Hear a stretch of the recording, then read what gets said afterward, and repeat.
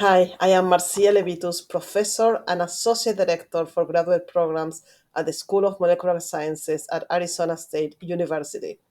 The School of Molecular Sciences is what used to be the Department of Chemistry and Biochemistry, and I'm also affiliated with the Department of Physics. My labs are part of the Biodesign Institute.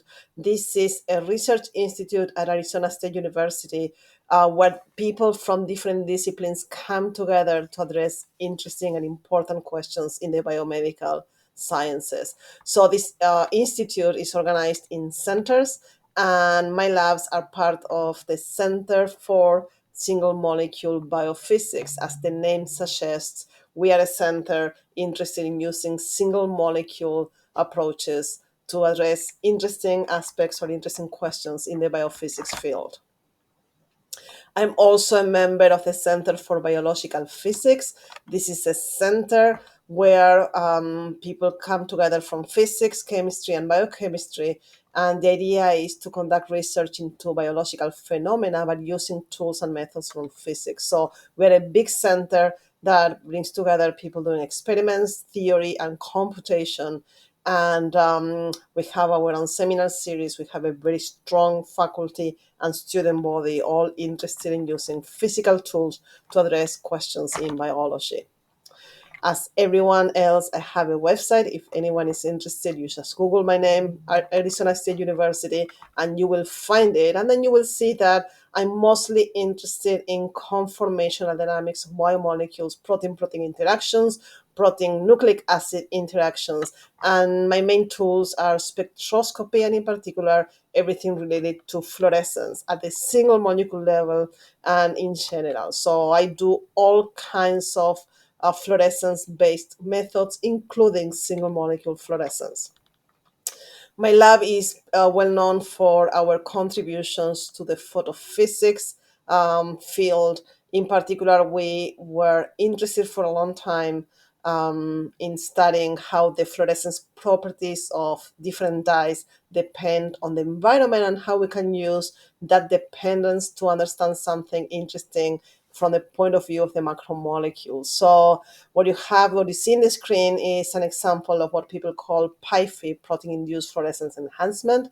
It's a phenomenon where the close proximity of a dye to a protein results in enhancement of fluorescence.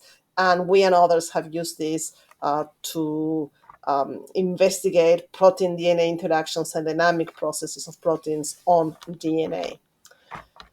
We at ASU have a state of the art ultra fast laser facility where we can do all kinds of spectroscopies from picoseconds to seconds.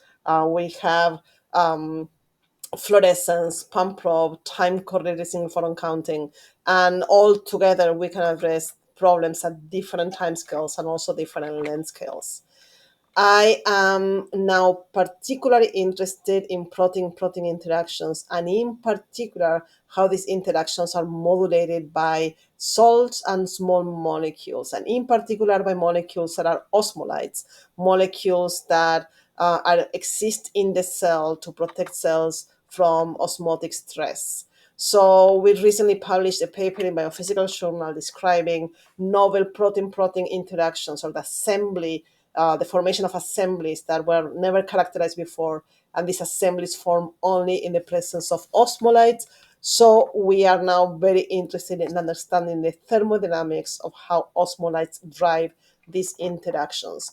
So a lot of what we do is to characterize the thermodynamics and the kinetics of the formation of different types of oligomers in proteins. And for that, our primary tool, not the only one, but one of the main tools we use is fluorescence correlation spectroscopy. Fluorescence correlation spectroscopy is a single molecule based technique, and we've used it over the years to look at different types of complexes, and again to look at kinetics and thermodynamics of protein-protein interactions.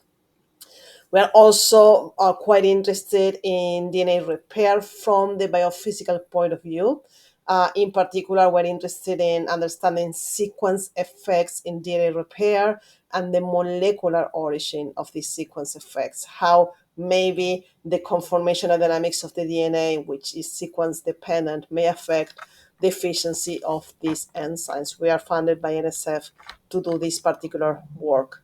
So if you're at all interested in anything I said, you know exactly how to Google. You can Google my name, you can contact me. I want to encourage everyone to consider ASU.